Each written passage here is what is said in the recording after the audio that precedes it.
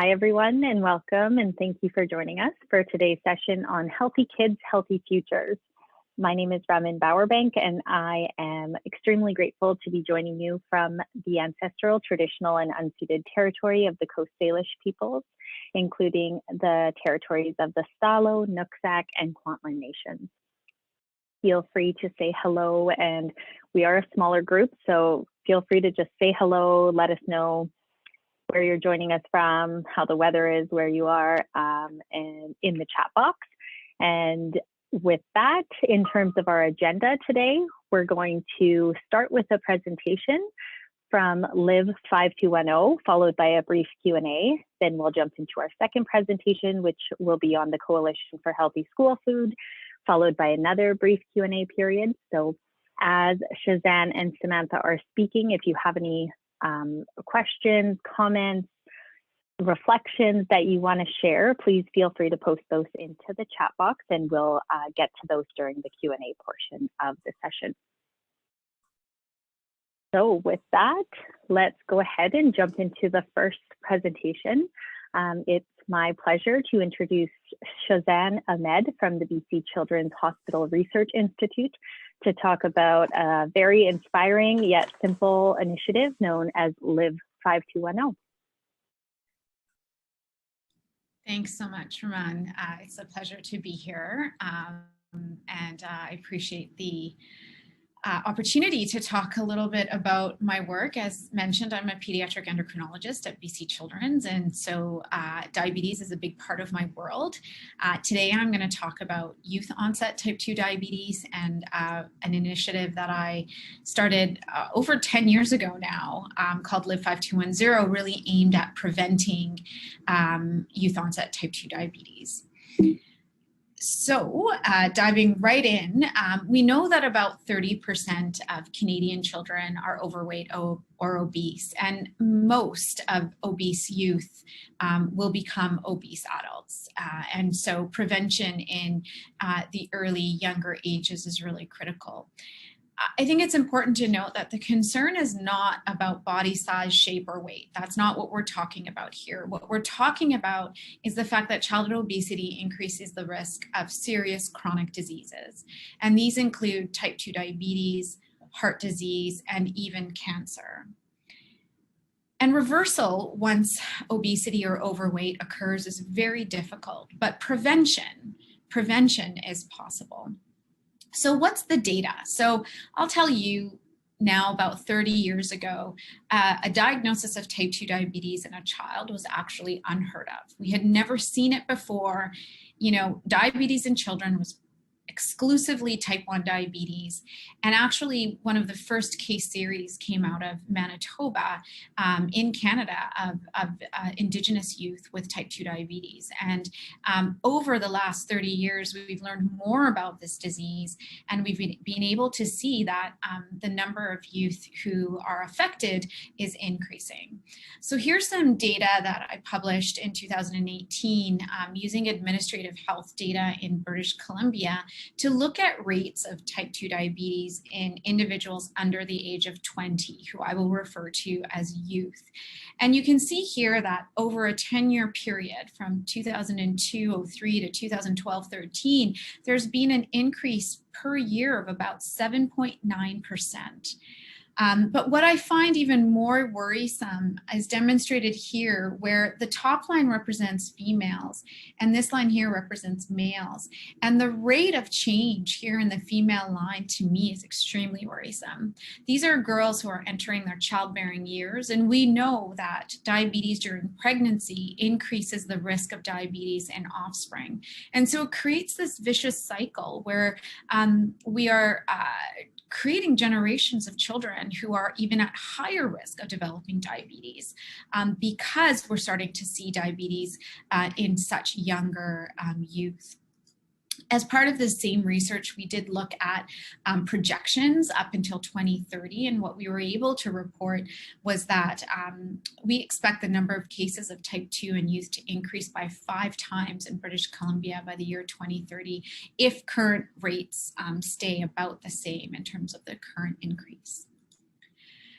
In some research I did very early in my career, when I was still training at Sick Kids as an endocrinologist, we looked at new cases of type 2 diabetes in youth under the age of 18 all across Canada.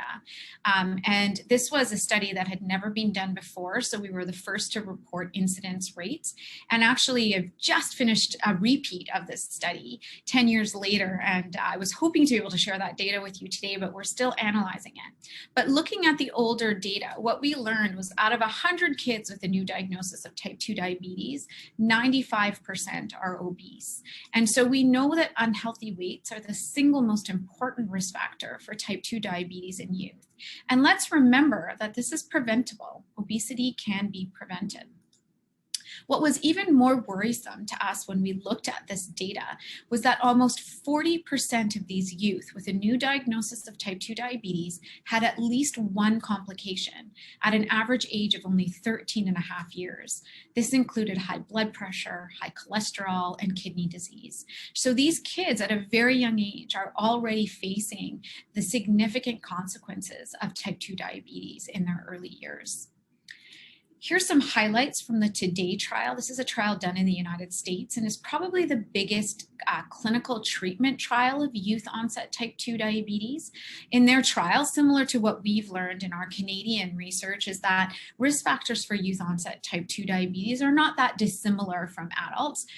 The presence of overweight or obesity, a family history of diabetes increases the risk, coming from a high-risk ethnic background, evidence of insulin resistance on clinical exam, so things like acanthosis nigricans, hypertension, high levels of cholesterol, polycystic ovarian disease, or even being born small for gestational age. And as I mentioned earlier, a maternal history of diabetes or gestational diabetes during pregnancy is a risk factor. In the Today trial, what they did was they randomized youth with a diagnosis of type 2 diabetes to 3 different treatments. The first was metformin alone, which is the only, well, I shouldn't say the only anymore, but at the time was the only approved medication for youth onset type 2 diabetes in kids. So metformin was one treatment arm. They had metformin plus a lifestyle intervention as a second treatment arm. And the third treatment arm was metformin, another anti-diabetic drug called rosiglitazone, which actually has gotten a lot of bad press and is really no longer used anymore.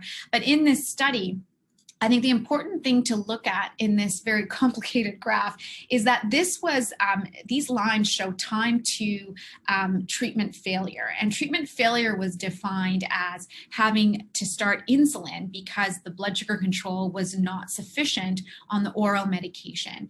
And you can see here across all 3 treatment arms, almost 50% of the patients failed oral therapy or oral medications, which is very different from adults.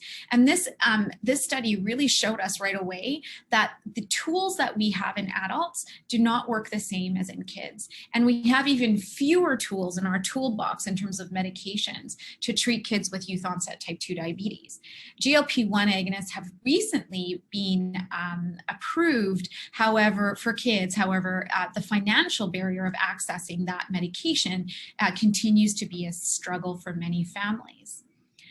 What we learned in the Today trial is that youth onset type 2 diabetes is not the same disease as adult onset type 2 diabetes. So here's some examples of why they're different. So yes, obesity is common in both populations, but the youth seem to have a much poorer response to lifestyle programs compared to adults where lifestyle intervention is more effective. This, to me, is one of the biggest important findings of a lot of the research that's been done in youth with type 2 diabetes, in that the function of the beta cells, which actually secrete insulin, declines at a much higher rate, 20 to 35% per year, compared to adults, 7 to 11% per year. So the progression and severity of the disease is more significant at diagnosis, but progresses much faster over time in youth. As I mentioned earlier, complications are present at diagnosis for many of these youth. In the Today trial, 6.3% already had evidence of kidney disease. However, 4 years later in the trial, this number almost tripled. And that is, to me, is very worrisome, because these are kids who are in an intensive trial, and we still saw rates of kidney disease triple. And similarly, hypertension also showed a similar trend. Imagine what's happening in kids who aren't in intensive therapy or medical trials and aren't accessing great care, what's happening to them in terms of these complications. Similar rates of retinopathy in adults and kids, as well as depression. So lots of differences between the disease in adults versus kids. So going to our first poll question, compared to adults, so I think Megan's going to pull up a poll here. There we go. Compared to adults with type 2 diabetes, youth with type 2 diabetes have faster decline in beta cell function, the same response to lifestyle intervention, very low rates of diabetes-related complications, and lower rates of depression. So everyone can submit their answers. I can't see the poll, so I'll let Megan decide when to end the poll. Great, so most of you got it right. 90% said faster decline in beta cell function. So yes, that is the right, oops, there we go. Uh-oh. I just have to close it like that. All right. So going to, obesity prevention. Obesity is really a complex disease. And the philosophy that I took when I started this work is that our efforts really need to be community-based. They need to be multi-sectoral, and we really need to integrate concepts of system science into this work. And this is because behaviors are individual, but they're affected by many layers of influence that are depicted here in the socio-ecological model of health. And together, these influences are really what drive individual choices and behaviors. So taking action just at one layer of this multi-layer influential concept does not solve the problem alone. It is all of our responsibility to support kids in making healthy choices. And so taking action at multiple levels is really how we could potentially make a positive impact. I always like to show this graphic because this is really how I see the Live 5210 initiative as a collective and coordinated action to achieve systems change. Here's birds flying in all different directions, which to me could potentially represent, action happening around creating opportunities for healthier living for people living in communities, but happening kind of siloed, not really, working towards a collective goal. And the impact of that siloed action may not be as influential as when birds follow 3 rules. And here are the 3 rules that they follow. They maintain a minimum distance from their neighbor, they fly at the same speed as their neighbor, and they always turn towards the center. And when they do that, they can actually create this beautiful formation, to me, which represents collective and sort of coordinated action. And so, what we really try to achieve in the Live 5210 initiative is a long-term commitment by community champions from different sectors to a common agenda and approach for solving a complex problem.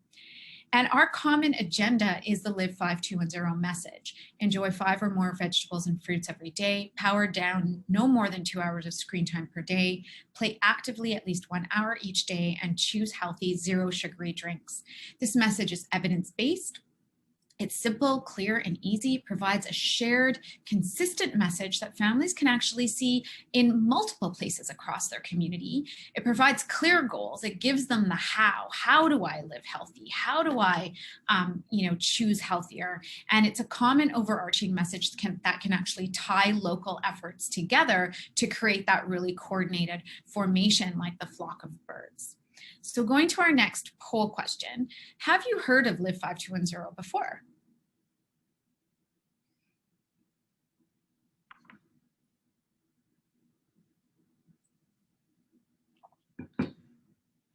So I'm really pleased to see that 33% have heard of it before, and after this, hopefully 100% of you and future questions will answer yes. Live 5210 is not just a message, though, and I think that's a really important thing to know about. It's actually about creating change. And so sharing the message is definitely one way of increasing knowledge and awareness of how to live healthier for kids. But we know from really good research that throwing out a message is not enough to actually create behavior change. So we do work with our communities to share the message through posters and fact sheets and resources and all that kind of stuff. But what we really do with our community partners across BC is work with them to support the message. So creating environments that support children to make healthy choices every day. We encourage people to ask the question, what policies and practices could be changed here in my sector, in my workplace, in my organization, to make healthy choices easier, and to look at the environment in a community and ask ourselves, is it easy for kids and parents to make healthy choices here? And so some of the examples of our work are depicted here on this slide. The Live 5210 play boxes is something that I'm really proud of, and I would describe as really a community-led effort across the province. So right now, Live 5210 is being implemented across 12 communities in British Columbia. Abbotsford is one of our more veteran communities and actually came up with this idea of putting boxes in parks that have all the equipment that kids need to play that could be accessed through a code made available through the local community center or the local city website. And so we piloted this in 3 parks in Abbotsford, and it was a huge success. But what was even more amazing was that other communities that were also implementing Live 5210 said, hey, we'd be really interested to do this too. And through knowledge exchange and iteration and problem solving together, we now have almost 75 Live 5210 play boxes across the province. And this was really an effort and collaboration between communities across BC. And I'm proud to say that our investment at Live 5210 central office was $5,000 in helping Abbotsford get this off the ground. And communities across the province have really sustained this work locally through all sorts of creative ways. We also have our resource hub, which I'm going to talk about in a little bit, but these are different resources that we've developed most recently around Live 5210 and the importance of sleep, Live 5210 during COVID, how to keep these goals while you're at home. So we're constantly trying to pivot and stay relevant to what's happening in the world so we can continue to support our families. And I'll talk a little bit more about all the different resources on our resource hub. And here's a really neat partnership we had with a local grocery store in Kimberley, where we implemented a nudge intervention. So the nudge included this little placard here that split the cart in half and said, hey, put your produce here. It's called a half cart intervention that was successful in New Mexico. And then phase 2 of the project actually added these placards that created a bit of a social benchmarking. In this store, the average shopper buys at least 4 fruits and vegetables. And through this intervention, after we put this into the carts, we saw a 2% increase in produce spending. However, with the placard and the half cart sort of divider, we saw an 8% increase in produce spending. And so we were successful in nudging families towards buying more produce. Now, this doesn't necessarily translate into them eating that produce that we weren't able to measure, but definitely something really cool. We've done a lot of work in the healthcare sector, and so just diving into this a little bit, this was a pilot project with partnered with Chilliwack and East Kootenay Division of Family Practice. It was multi-sectoral, and we developed this in partnership with these stakeholders to help integrate healthy living counseling into family practitioner interactions with children and families. It was highlighted in the BCMJ last year, and it's got some key components around supporting growth monitoring and BMI tracking. Our training involved motivational interviewing and how to implement that in a family practice in a sort of feasible way, respectfully discussing weights and using all of our resources, including including a healthy habits questionnaire. Our research was able to demonstrate that after implementing the toolkit, we saw an increase in family physician comfort in addressing weight, behavioral goal setting, motivational interviewing, as well as an increase in their actual practice of counseling around nutrition, screen time, physical activity, and sugary drinks.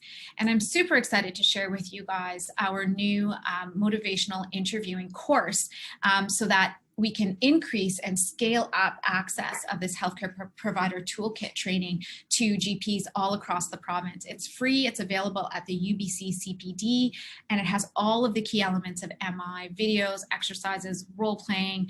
It's really quite fantastic, and I would highly recommend doing this.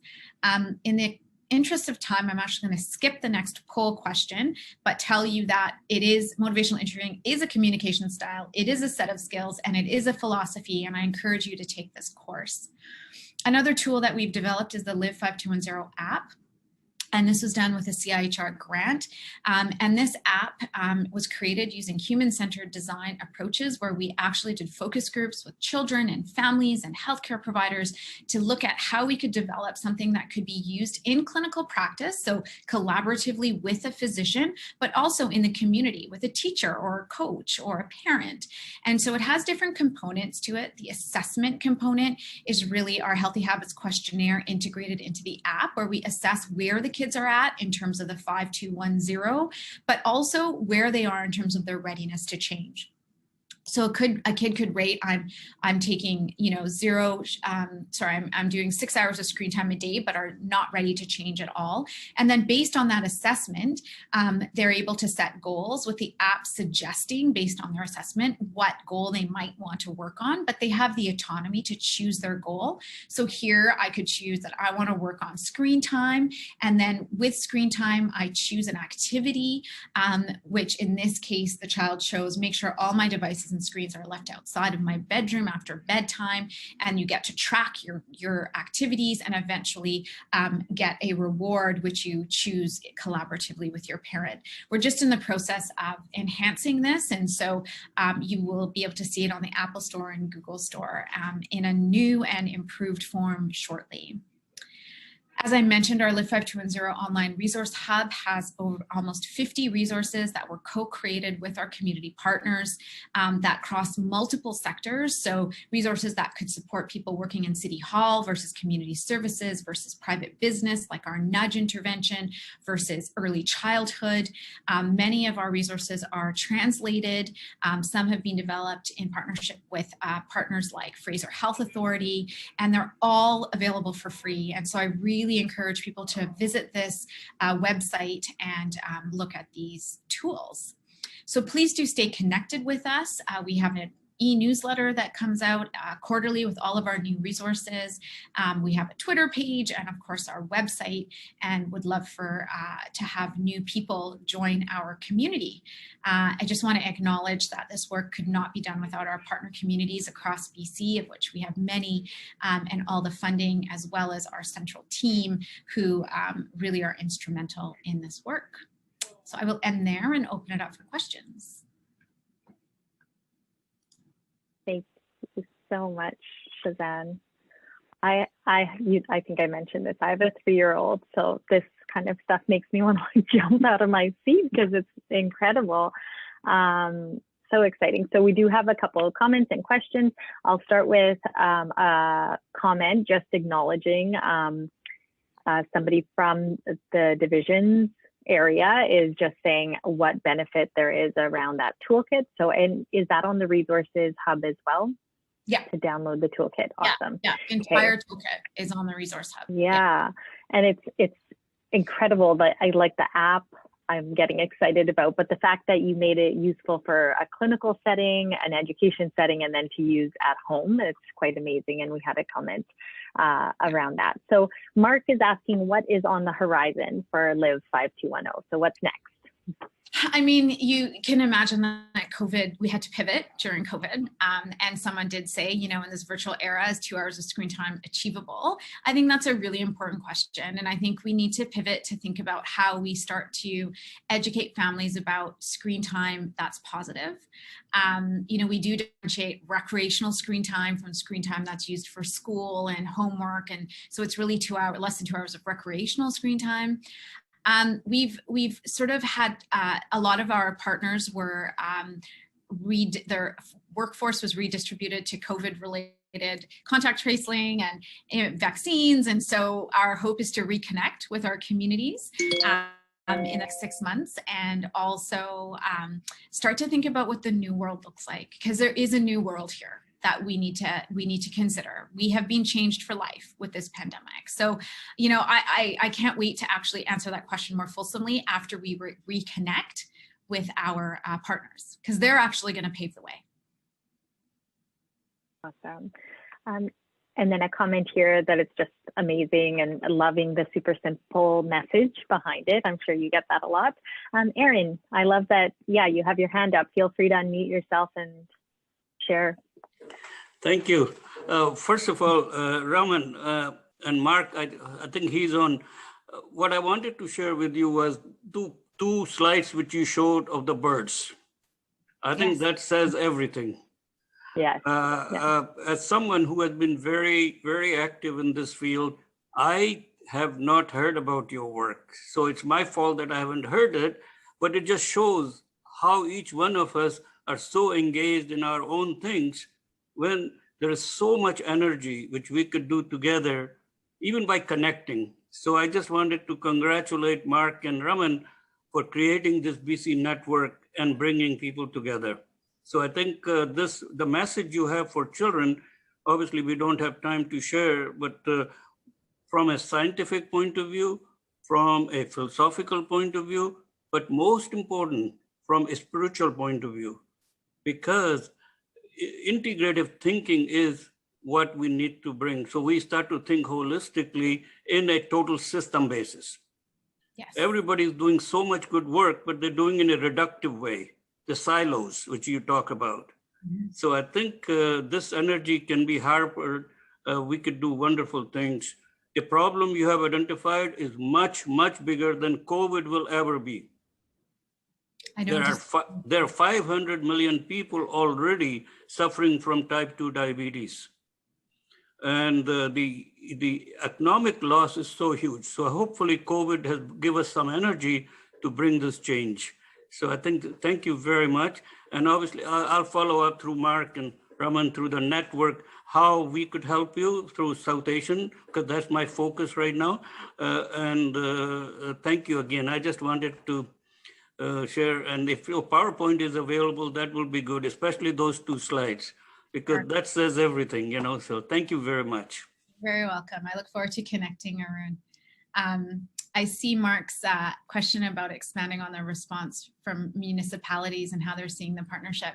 You know, Mark, that's an excellent question. When I started this work, Prince George and Abbotsford were the two communities, and I had structured it based on what had been done in Europe with the EPOD networks, very similar kind of philosophy, as well as another project at the time called Shape Up Somerville in Massachusetts. And they had partnered with the city. So I went to the city, I met with the mayors, and I had lots of champions around me at PHSA and other places to help me make these connections. But as we grew, it actually wasn't always the city who was our partner. And that was something that we had to learn. Sometimes it took a little while for the city to get on board. And so, for example, in Chilliwack, our first partner was the Division of Family Practice, where these physicians said, we want to do something about this. We want to have a reach outside of our clinic walls. And similarly in Kimberley, it was the Division of Family Practice, and Dr. Ilona Hale is still a champion in that community for this work. Lots of recreation centers would become our first point of contact. Some are under the city, some are not under the city. So lots of different ways. And I think the biggest lesson was that we need to be agile. We couldn't be structured in how we partner because every community is different. And all you need is a champion. Honestly, where that champion comes from doesn't matter. Yeah. As long as you've got a champion. Yeah. That's a great clarification, because I do see that complexity and the mechanics of managing those relationships across the many municipalities, and the different politics of them stepping in or stepping out or not doing something, and then actioning it through, if they have a Parks and Rec department or some other similar kind of piece. Yeah. I love the idea that you've got some leadership stepping up through the divisions, because that's kind of almost more manageable in the sense of 34 divisions, right? And if you actually had a target of 1 or 2 champions in each of those groups, you'd be off to the races, because these folks are seeing and understand the magnitude of the issue, and how it's those poor kids are going to be their patients in the not too distant future if they're not already, right? Yeah. So yeah. yeah. And actually, that grocery nudge study I showed you, that was Dr. Hale in Kimberley, who developed the partnership with the grocery store owner, did the data collection, and so it really shows the potential impact that clinicians can have beyond the providing clinical care and an interaction, but actually influencing the health of a population in their community. She's an amazing champion. I cannot sing her praises more, but that's a great example of how clinicians can get involved. Yeah, and the other thing that I learned, and I've just learned from your slides as well, is their partnership with Pacific Blue Cross, and the fact that Pacific Blue Cross is the main provider for First Nations across British Columbia. So it's a vehicle, a mechanism in which to spread the resources yet again through them. Sometimes they'll take a little bit of credit for it, but your app and so on might be quite a useful vehicle. Pacific Blue Cross might be a pretty excited vehicle to spread that, if you haven't already gone down that road. Yeah, no, it's a great idea. Pacific Blue Cross actually funded one of our videos, which I encourage you to watch on our website. It's amazing, and they were instrumental in helping us do that around Live 5210, just getting the word out. Yeah, fantastic. Is that just one thing video? Yeah, just one thing. Is that it? Oh, I watched it a couple times. I'm not gonna lie, because it was pretty impactful. Yeah, it gives me chills still when I so well. Yeah, amazing. I think you can tell from the excitement and just all the comments. It's really just the beginning in terms of our collaboration and kind of using the energy from one another to really get the word out and make progress. So I want to thank you, Shazan, for all the energy, passion, and effort you put into today's presentation, and for sharing. And I'm sure there's more to come from you. So thank you. You're very welcome. Thanks for the opportunity. All right. Okay, it's the inspiring work is not done yet, because there's more. So our second presentation today, we're very excited to have Samantha Gambling joining us to share about the incredible work being led by the Coalition for Healthy School Foods. So over to you, Sam. Great, thank you. I'm just going to put this on present mode here. Okay. Can you see that okay? Yep, looks good. Thank you. Great. Okay. Hi, everybody. My name is Samantha Gambling. I'm the coordinator of the BC chapter of the Coalition for Healthy School Food. And the BC chapter is funded by the Vancouver Foundation and administered by the Public Health Association of BC. PHABC is a nonprofit, non-government, member-driven organization that provides leadership to promote health, well-being, and social equity. And PHABC engages in kind of a spectrum of public health or advocacy, education, and research activities, and delivers a number of programs such as Kids Boost Immunity, Farm to School BC, and many others. And I'm grateful for the invitation to present today, and want to acknowledge that I'm currently living and working on the traditional and ancestral lands of the Tla'amin Nation near Powell River, BC.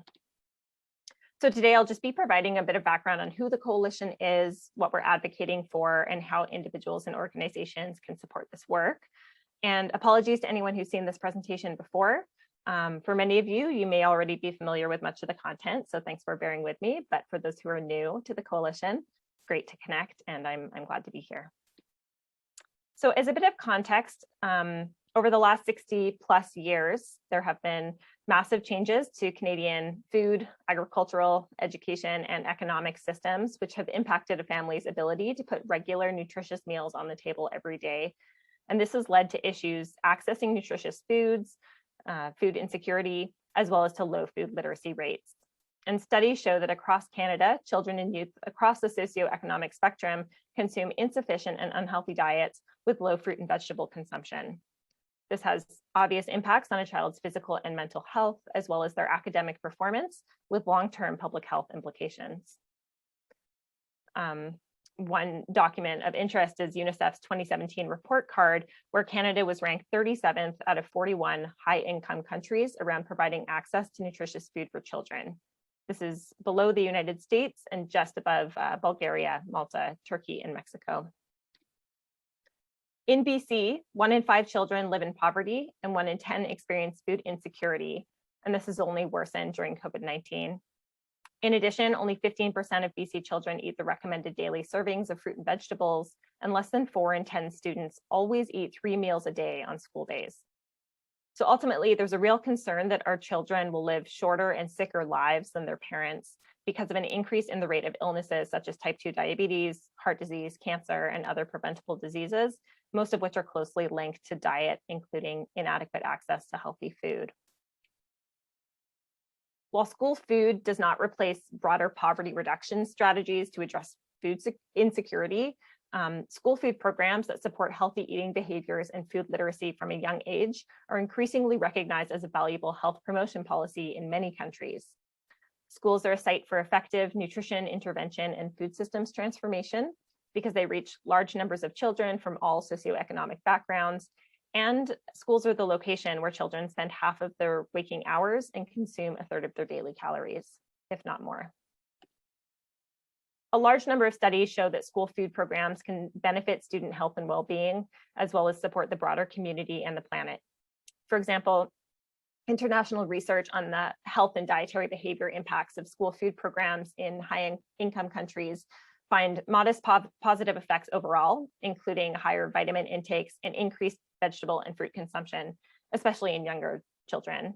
And school nutrition programs may be an effective way to combat both nutritional deficiencies and excess consumption of non-healthy foods among children and their families. For those who are interested in learning more about the impact, because it does impact, the body, the mind, the spirit, community, the planet. So if you're interested in learning more about the impact of school food programs, the Coalition has some really great resources on our website under the research section. So what is a school food program? Essentially, a school food program refers to any widespread program that provides food to students at school every day, usually funded and regulated at a national level. Today, 6 of 7 G7 nations have a national school food program that's at least partially funded or regulated by the federal government. And today, Canada remains one of the only industrialized nations without a national school food program. And there's no one way to run a school food program, so they may differ in the type of food that's served, who prepares the food, how it's integrated into the curriculum and school culture. Here we have 2 photos of school food programs in Japan and in France, where the students sit family style and they share food together in their classrooms or at a shared table. In Japan and in France, the lunch period is seen as an educational period, the same as math or reading. So students learn how to prepare and serve the food for each other, and they clean up their meal afterwards. Even though there's no national funding or regulation in Canada, it doesn't mean that there aren't school food programs in Canada. And actually, that leads me to a poll. So I have a poll for you all today. And my question is, I'm wondering how many of you with either children or other school-aged family members know whether or not there's a school food program in the school that they attend. So maybe there's a salad bar or hot lunch program. Maybe there's a breakfast program, another type of meal program, such as a snack program. Maybe there's no meal or food program at all. And some of you may not know.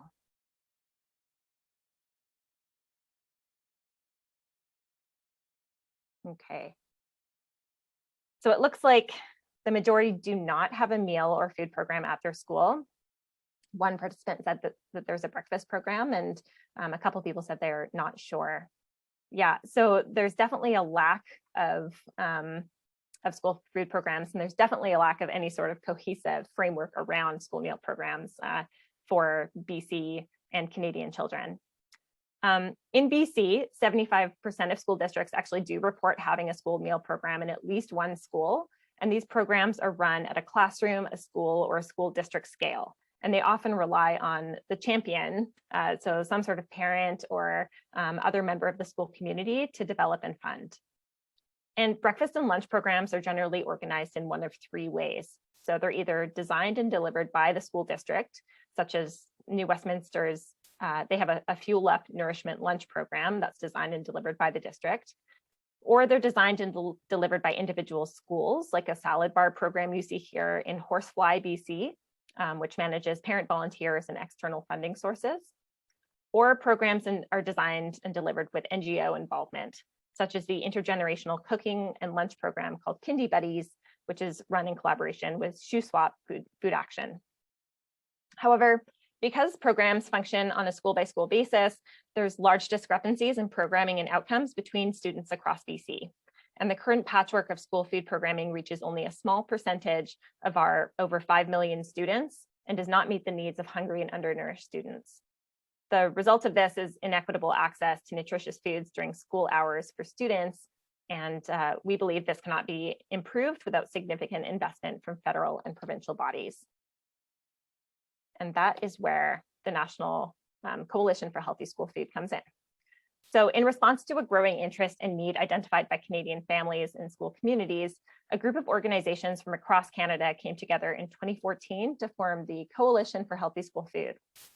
The coalition now has over 160 member organizations who are advocating for federal investment in a universal, cost-shared, healthy school food program that will enable all students in Canada to have access to healthy meals at school every day.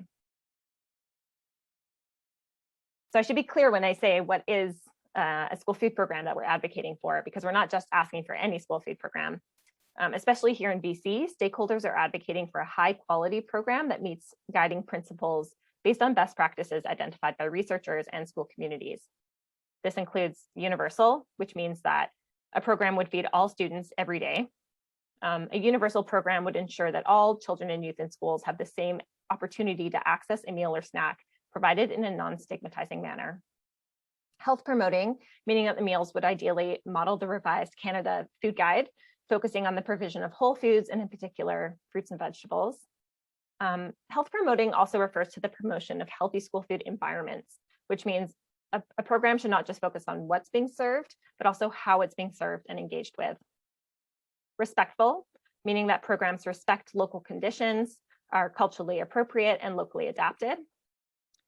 Connected to communities, supporting local food producers and businesses where possible. Comprehensive, meaning that food programs are integrated with the curriculum through nutrition and hands-on food systems education. Sustainable in terms of funding and capacity building. Guided by national principles to ensure conflict of interest safeguards is really important. And last but definitely not least is ensuring Indigenous control over school food programs for Indigenous students. So the coalition's member organizations include those who operate breakfast, lunch, snack, and other school food programs across the country, as well as program funders, provincial and national health, education, and Indigenous organizations. Nationally, some of our members include Diabetes Canada, Heart and Stroke Foundation, and Canadian Feed the Children. But the logos you see on this slide highlight just some of our 50+ member and endorser organizations here in BC. There's been collective action around school food in BC for over a decade, but since the BC chapter was formally launched in 2019, we've been able to grow our membership by tenfold or more, and we're in conversation with thousands of individuals across the province. The BC chapter conducts outreach, advocacy, and research, and we work with the National Coalition, also pushing school food forward on the provincial scale. And our goal, we aim to bridge siloed conversations on the ground, acting as a united voice and ensuring that both federal and provincial governments are consulting and collaborating with those on the ground in the development of a national school food program. So it is all about that collaboration, working together, and building community. So the coalition's been advocating for federal investment in school food since 2014. And one of the biggest successes was in 2019, when the federal government, or the federal budget, I should say, included a commitment to work with provinces and territories towards the creation of a national school food program.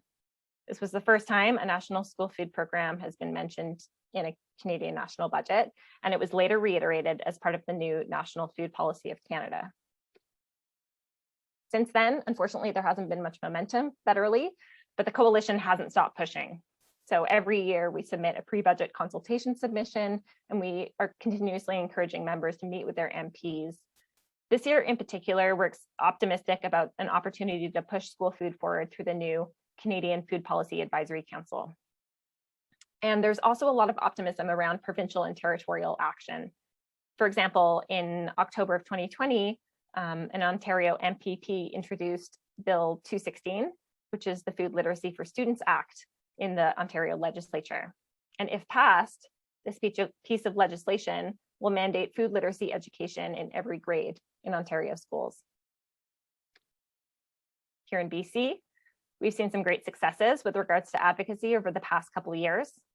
In February of 2020, right before everything was locked down, we were able to visit the BC legislature and present to all three political party caucuses. And we received some enthusiastic multi-partisan support for a healthy school food program. We also had some preliminary meetings and relationship building with staff and elected officials. Throughout COVID, we've continued to advocate. So in the summer, we presented to the Select Standing Committee on Finance and Government Services, submitted a pre-budget consultation submission, asking the BC government to fund three things. Firstly, school food pilot projects. Second, a dedicated provincial school food fund that's distinct from the existing community link funding, which is what school food programs are currently relying on. And three, a multi-stakeholder school food task force. So we're continuing to advocate for these three changes to the provincial government. We also hosted a letter writing campaign during the recent provincial election in October, and we're thrilled to see that the party platform of the newly elected NDP government included a commitment to bring in local food programs in partnership with school districts. Even more exciting, in November, BC Premier John Horgan announced his new slate of cabinet ministers, along with the mandate letters outlining priorities for each minister. And two of the mandate letters in both Ministry of Education and Ministry of Agriculture included directives to create local school food programs in partnership with school districts. This is a big step in the right direction, really positive and exciting to see. And BC is one of the first provincial governments to include school food in the mandate letters. And specifically including it in two mandate letters demonstrates their understanding that successful school food programs need to be built with an interconnected and systems-wide approach. So we are currently waiting to learn more about the scope of this mandate. While the 2021 provincial budget didn't mention anything specifically around school food, we're still hopeful that there's opportunities to partner with these two ministries and push this work forward. As for the question, how does one get involved with the work of the coalition? Firstly, nonprofit organizations are invited to join the coalition as members. Members have voting rights within the coalition, and they're kept in the loop on our activities and opportunities to engage through a mailing list. We also have regular member meetings where members connect with one another, other organizations across the country. Another option is to become an endorser, so any government affiliated organization that can't become a member of the coalition, such as a school district, a municipality, or a regional health authority, can formally endorse the coalition. Endorsers don't have voting rights, but they also receive occasional email updates from us. And individuals can also subscribe for updates on our website and receive information about what the coalition is working on and how to engage in our election campaigns and activities. So that's the second way to support the coalition, is to engage in some of our advocacy campaigns. And we are currently in the process of developing advocacy toolkits to support the upcoming federal elections. So you can stay tuned through our newsletter or on our website for our Nourish Kids Now campaign updates. Lastly, we invite you to follow the coalition on social media, share articles and stories that build the case and public momentum for a universal school food program. So I think that's it. Yeah, thank you very much for your attention and interest in our work, and happy to answer any questions. My email is also on there. You can reach out anytime. Thanks so much, Samantha. Another, so much amazing work going on across the province that I'm sure we're not all aware of. So thank you for sharing. I did pop a couple of those links into the chat, so feel free to check those out. We do have a comment from Mark. So Samantha, thanks so much for this very informative material. So much work to do and so much opportunity. It's also great to see the formalization of the mandate letters. The Institute for Health System Transformation and Sustainability would definitely be keen to become an endorser and support your voice in ways you might think are helpful. Mark, do you want to add anything to that? I guess I could have just said that, right? Yeah. I was really pleased to see the culmination, Samantha, of the work obviously materializing, I think since 2014, you were saying. So progress being happening here in British Columbia, more and more people becoming aware and becoming champions and getting it into the formal bureaucracy is really a big step, I think, for governments and so on to take. So we could take it offline at some point to say, okay, how can our network or how can our organizations support the work, facilitate the work? It's interesting to contrast it to the previous presentation in terms of the clinical outcomes of not great food environments and how that food environment could facilitate change. And certainly the curriculum material being promoted, I think you said Ontario, is another example of a very practical step that can be taken to increase food literacy, which we all need. Absolutely. Yeah. Thank you, Mark. I would love to connect and see how we could partner, and it'd be wonderful to have you as an endorser. The food literacy component is really big here in BC. I know that other provinces and territories kind of have their own priorities, but definitely in BC, we see a lot of focus and emphasis on food literacy. And we have so many organizations that are doing great food literacy programs in schools, especially in the Lower Mainland. There's just a huge saturation of NGOs doing this type of work. And another focus that we see is on local food procurement. And I think that's where the partnership with the Ministry of Agriculture comes in around supporting local food producers and helping. It's also that food literacy piece, helping students understand where their food is coming from, a bit of agricultural education. So there's a lot of opportunities there for sure. Yeah. Just one more question for me, if I might.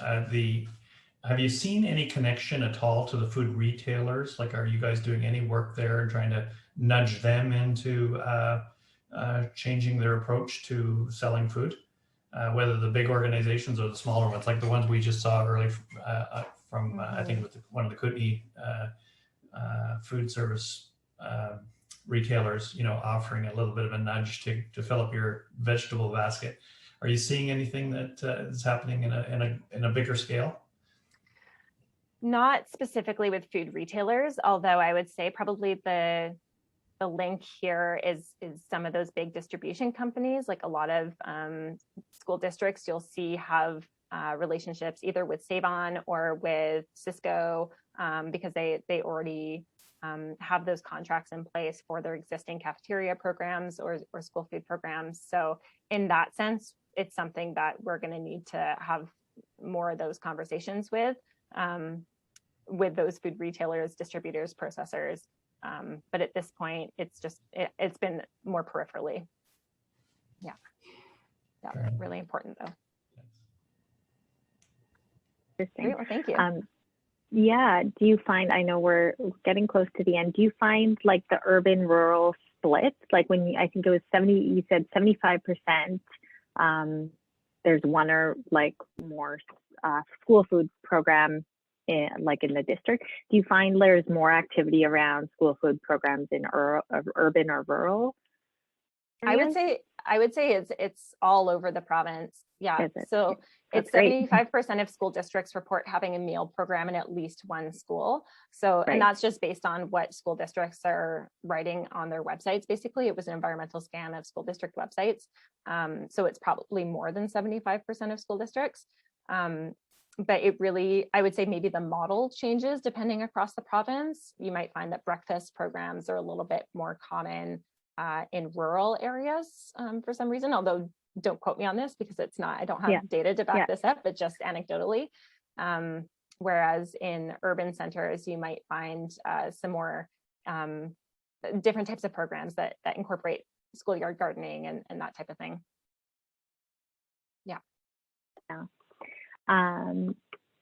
Yeah, and thank you, Erin. I thought of you a couple times during Sam's presentation, but he's just sharing that, yeah, I'll let everyone read the comments, but that they are hosting an event, CINE 2021, and it's around the South Asian population, and a similar focus around lowering the community and individual level around diabetes. So feel free to contact him.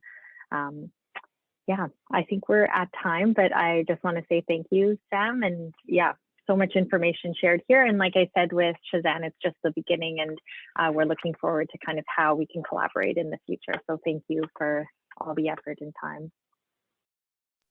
Thank you so much for having me. Of course. So a couple things before we wrap up. Yeah, great sessions, great presentations. I appreciate both of you so much.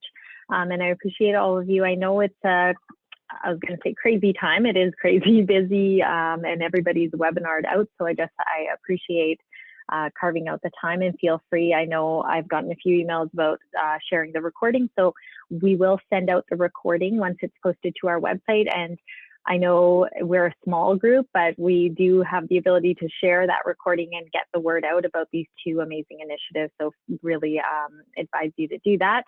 And as always, the council is always interested in improving. So please do take a couple minutes to fill out the evaluation survey that Megan is going to pop into the chat. I would say less than 2 minutes it takes. And a reminder about our June webinar. So our next webinar is going to continue a little bit in this theme. It'll be called Food Insecurity in BC, Understanding the Impact and Taking Action. And that will be on June 23rd. The link is in the chat if you want to register for that. And then finally, to keep track and to keep up to date with all the work that we're doing, and opportunities like this to learn more about what the incredible work that's going on across the province, as well as opportunities to collaborate, please do sign up for the network. We send out regular newsletters and communicate some important information that way. And with that, I will say thank you. So 2 minutes back in your day, and I appreciate all your time, and take care until next time. Thank you.